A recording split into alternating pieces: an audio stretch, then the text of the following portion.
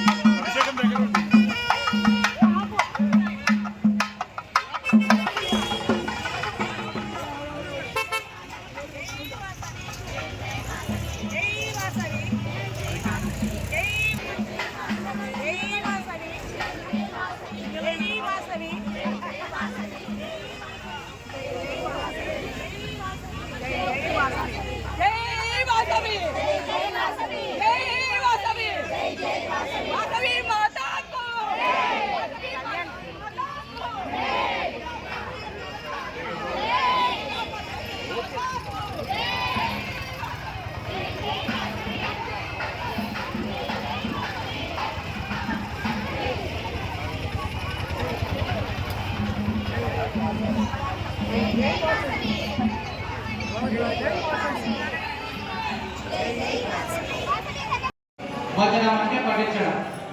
గొప్పమైన వర్ణ మంత్రాలు, వారణ సూక్త మంత్రాలన్నీ కూడా ఈ యొక్క పుణ్యాహవాచనంలో కలుగుతుంది. అందులో పుణ్యాహవాచన కార్యక్రమం జరుగుతుంది. శ్రద్ధగా చూస్తూ ఉండండి.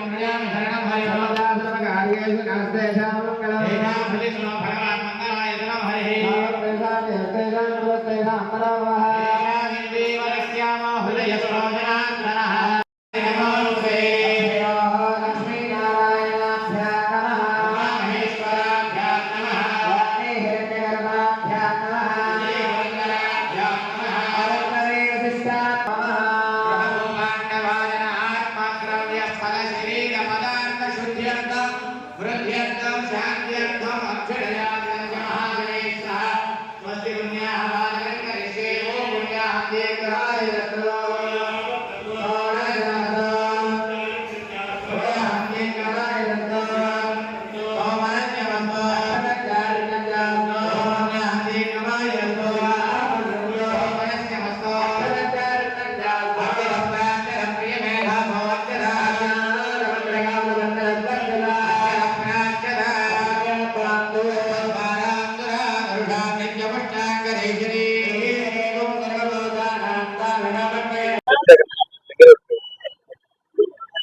ఈరోజు వాసవి జయంతి 7వ తారీఖు సందర్భంగా సహస్ర కుంభాభిషేకము, సహస్ర ఘటాభిషేకము 2 కార్యక్రమాలు ఈ రోజు నుంచి మొదలుపెట్టడం జరుగుతుంది.